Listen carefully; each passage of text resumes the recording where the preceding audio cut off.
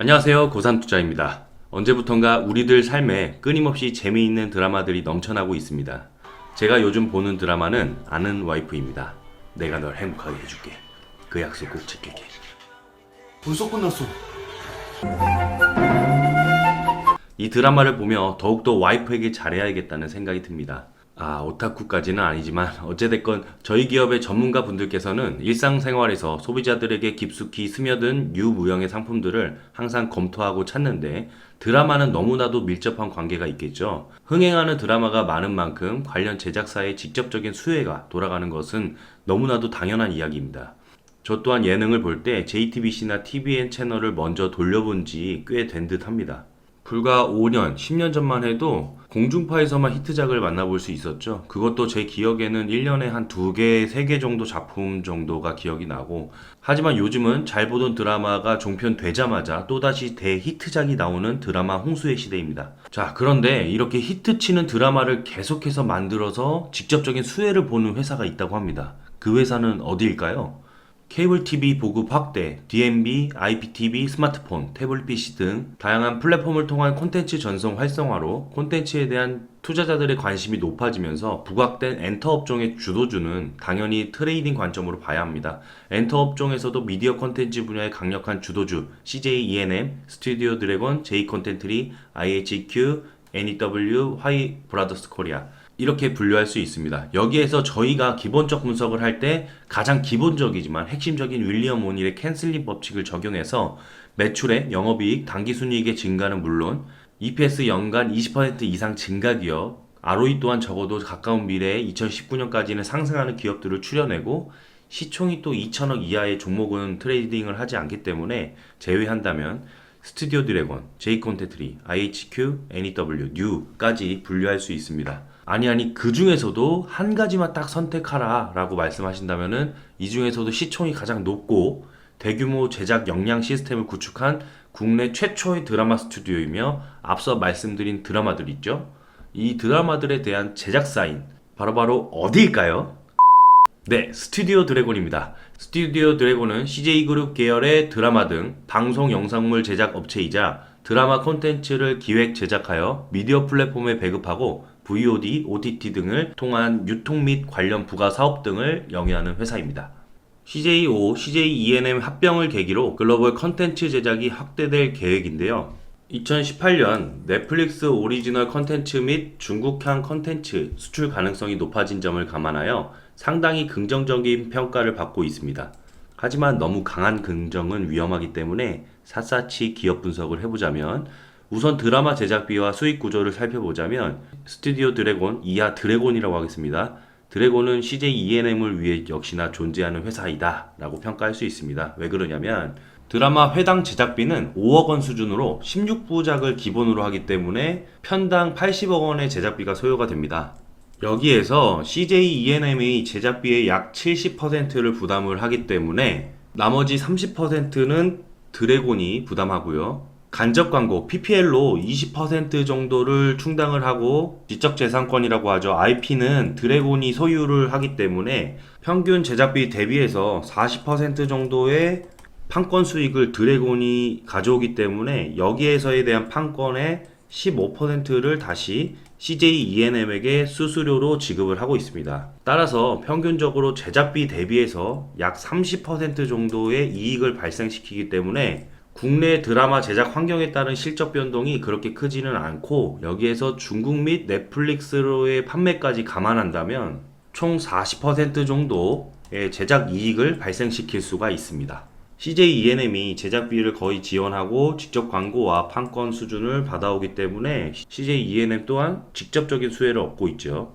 드래곤은 각 증권사 및 투자 운용사별 리포트를 비교해 봤을 때 2018년 25편의 제작 시에 CJ ENM에 지급하는 수수료를 제외한다면 약 500억 원의 순이익이 발생할 것이라고 예상을 하고 있습니다. 유한타증권 HTS에 기재되어 있는 예상치보다 타 운용사가 바라보는 드래곤의 실적이 더 우상향할 것이라는 예상치까지 비교를 해봤을 때 이곳이 비교를 해본 것을 제가 옆에 잠깐 적어놨는데요. 대략적으로 2018년에서 2019년으로 가는 EPS에 대한 성장률이 대략적으로 51%에서 62% 정도 각 운영사들의 성장 범위에 속해 있습니다. 작년 대비해서 조금씩 줄고 있죠. 2017에서 2018년도의 그 성장률은 운용사별 범위로 봤을 때는 한 75%에서 대략 82% 정도의 성장률이 기록이 됐었거든요. 예상치가. 이번 연도의 예상치까지 비교를 해보자면은. 그런데 50에서 60%의 성장률로 조금씩 감소를 하고, 심지어 2019년과 20년의 예상치는 EPS 성장률이 한 19에서 22% 정도밖에 성장을 하지 않는다라는 예측치가 나옵니다. 이에 따라서 ROE가 조금 더 높게 측정된 타사 운용사별 실적을 보자면 오히려 2019년에서 20년 사이에는 ROE가 조금 감소를 하게 되는 모습이 보이시죠? 유한타에서는 이렇게 ROE가 그래도 조금 증가하는 걸로 2019년과 20년의 예상치가 나와 있는데, 이렇게 해가 갈수록 순이익이 조금씩 증가를 하지만 증가율이 왜 감소를 하는가라는 것은 여기 ROE를 보면 알 수도 있고, EPS 성장률 아까 방금 말씀드렸다시피 왜 그럴까요? 한번 분석을 해보자면 2018년에 드라마는 25편이 제작이 됐습니다. 그런데 이제 매년 5편씩 증가를 하여서 2021년에는 40편 정도가 제작이 가능할 것이라고 가정을 하고 있거든요. 그래서 2022년 이후에는 제작 편수의 증가는 크지 않고 기존 라이브러리에 발생하는 판권 수익 위주의 성장을 가정하고 있기 때문에 이렇게 성장률에 대한 둔화가 있을 것이라는 것은 당연할 수 있겠습니다. 드래곤의 해외 시장 진출에 관련해서 가장 이슈를 받고 있기 때문에 조금 집중적으로 살펴보겠습니다. 중국 판매를 두 편으로 각각 100억 원씩 반영을 해서 200억 원이 추가되는 구조입니다. 최근 주가는 중국과의 관계 개선에 따라서 중국 판매가 증가할 것이라는 기대를 반영하면서 100억 원은 그동안 중국에 판매된 한국 드라마의 가격 평균 80억 원에서 국내 1위 제작사인 드래곤의 프리미엄이 30% 반영된 금액입니다. 다시금 중국 시장에 진출하는 것이 반면에 악재가 될 수 있는 리스크들을 살펴보겠습니다. 중국의 높은 가격에 판매되기 위해서는 한중 동시 방영을 위한 사전 제작 및 중국 국가신문 출판 광전 총국의 사전 검열을 거쳐야 하고, 중국인이 선호하는 한류 배우가 출연을 해야 되며, 셋째로는 중국의 인민들의 사상을 훼손하지 않는 건전한 장르여야 하는 제한이 발생합니다. 드래곤이 중국 판매를 전제로 작품을 만들 수 있겠지만 드래곤의 우선순위는 항상 CJ ENM의 드라마 제작임을 잊지 말아야 할 것입니다. 한마디로 중국과의 관계가 개선되더라도 지속적으로 좋은 관계가 유지되면서 수출이 보장된다고는 볼 수는 없습니다. 또한 중국이 한국 드라마를 높은 가격에 수입했던 이유는 한류 스타와 드라마의 품질 때문인데, 중국 대비 높은 제작 품질이 언제까지 지속될지 불투명한 상황입니다. 만일 중국 수출을 제외할 경우 당사의 추정 영업이익에서 연간 200억 원씩 하향되고, 이를 반영한 적정 주가의 평가 금액은 높게 잡아서 6에서 7만원 사이이거든요. 현재 주가는 11만원 선이기 때문에 유의하셔야 되겠고요.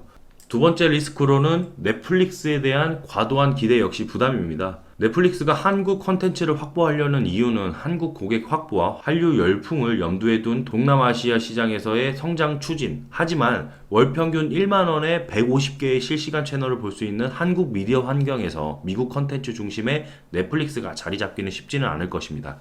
이는 기존 판권 수익의 감소 때문에 이익 효과가 크지 않을 수 있다는 가설을 세우기 충분하고, 2017년 JTBC의 맨투맨이 회당 약 4억 원에 총 60억 원에 판매된 사실이 알려지면서 넷플릭스도 중국과 유사한 규모의 큰 손으로 인식이 되었지만, 넷플릭스의 경우 글로벌이죠. 글로벌 동시 방영을 전제로 회당 4에서 5억 원 수준에 판매되고 있기 때문에 기존 판권 수익의 감소를 감안해야 할 것입니다.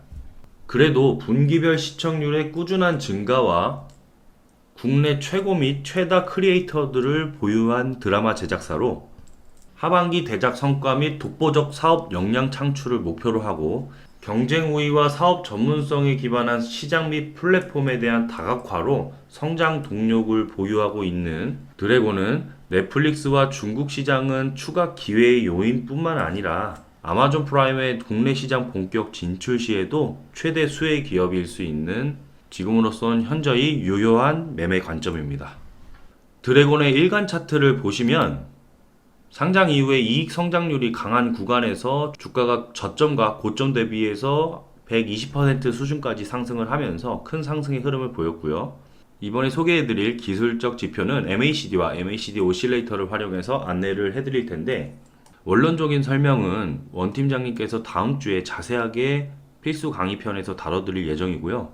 저는 트레이딩 관점에서만 먼저 안내를 드리자면은, 우선 오실레이터 값을 전값 기준으로 바꾸면 이렇게 상승 하락에 대한 추세가 바로바로 색깔이 변경이 돼서 나타나니까 등락의 변화를 구별하기 쉬우실 거고요. MACD 기본값인 12, 26, 그리고 시그널 값은 9 이렇게 해서 나타나 있는데, 저희는 이 수치를 변경해서 사용을 하지만 제럴드 아펠의 원작자의 취지를 고려해서 기본값으로 그대로 대입해서 안내를 해드리자면, 매수 포지션들은 MACD 선이 시그널 선을 돌파하는 골든 크로스 시점과 MACD 선이 중심값을 돌파하는 이러한 구간이죠.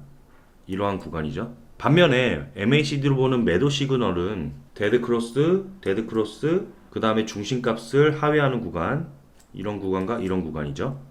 MACD를 활용해서 골든 크로스와 데드 크로스 지점의 추세를 추종한 이후에 매매를 진행하셨어도 상당히 괜찮은 수익 구간, 그리고 또 수익 구간, 수익에 대한 성과를 보실 수 있었겠죠. 스토캐스틱에서 설명드렸던 것처럼 MACD 또한 상승 다이버전스와 하락 다이버전스를 활용하는 것이 좋습니다. 드래곤 차트에서 하락 다이버전스가 발생했던 시기가 있었는데요. MACD 선의 기울기가 아직까지 살아있는 과정에서 주가가 하락을 하기 시작을 했거든요. 2018년 6월의 모습인데, 이렇기 때문에 저희가 수치값을 좀 변경해서 볼 때도 있습니다. 그렇지만 오실레이터 상에서를 참고를 해보시면 이렇게 전값 기준이기 때문에 주가가 하락을 함에 따라서 오실레이터에서도 하락을 했었고요. 전반적으로 주가는 이렇게 강하게 상승을 다시금 하려고 하는데 시그널선은 강하게 하락을 하고 있었습니다. 그래도 추세가 의심스러워서 끝까지 확인을 해보시려고 하셔도 이렇게 0값 기준을 강하게 뚫고 하락하는 구간이죠. 7월 19일 이런 구간에서는 정확하게 매도를 하셔서 추가 하락에 대한 피해를 피하시고, 하락 추세에서 이렇게 바닥을 다져주고 첫 번째 상승보다는 두 번째 상승 구간에서 매집을 해 나간다면은 또 다시 이렇게 수익을 실현할 수 있는 구간이 발생하게 됩니다. 이렇게 해서 약세장에서는 끊었다 갈 수 있겠지만은 강세장에서는 또 주간 차트, 월간 차트의 상에서의 MACD와 오실레이터를 설치하셔서 긴 추세, 장기 추세를 추종하는 것이 잦은 매매보다는 훨씬 더 낫다고 판단을 하고요. 드래곤은 상장기일이 얼마 안 됐기 때문에 월간과 주간을 세팅을 해봤자 어느 정도 일정 부분밖에 보이지 않기 때문에 월간은 나타나지 않네요. 이렇게 주간으로 보면은 주간에서 이렇게 양봉이 도는 구간에서 매수가 진행이 되고, 또 음봉의 구간에서 매도가 진행이 되고, 이렇게 오실레이터 값으로도 매매를 진행을 하실 수가 있겠고요. 근데 현저하게 이렇게 주간 차트에서 보면은 거의 뭐 본전 수준의 트레이딩이 가능한데, 이렇게 일간 차트에서 조금 더 디테일하게 보면은 약세장에서는 조금 더 유효할 수 있다라고 저희는 판단을 하고 있습니다.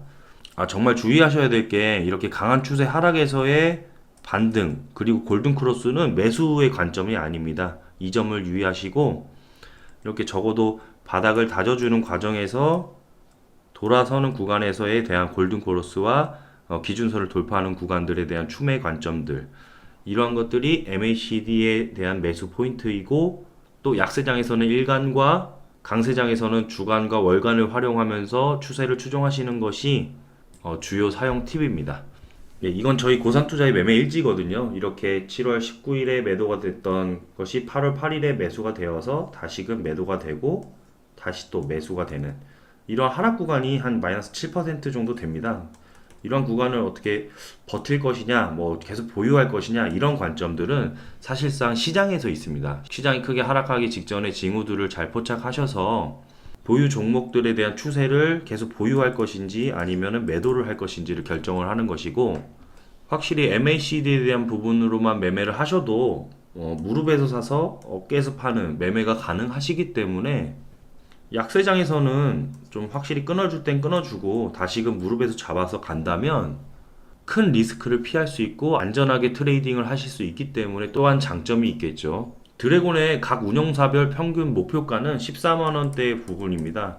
앞으로 상방으로 이제 25%에서 대략 30% 정도가 상승 여력이 남아있다고 평가를 하고 있는데 이는 시장에 따라 당연히 변동이 될 수 있으니까 꼭 유의하시기 바라고요. 다음에 기회가 된다면 각 증권사 및 운영사별 리포트에 많이 등장하는 목표 주가 산정하는 방식에 대해서도 상세하게 설명을 드리겠습니다.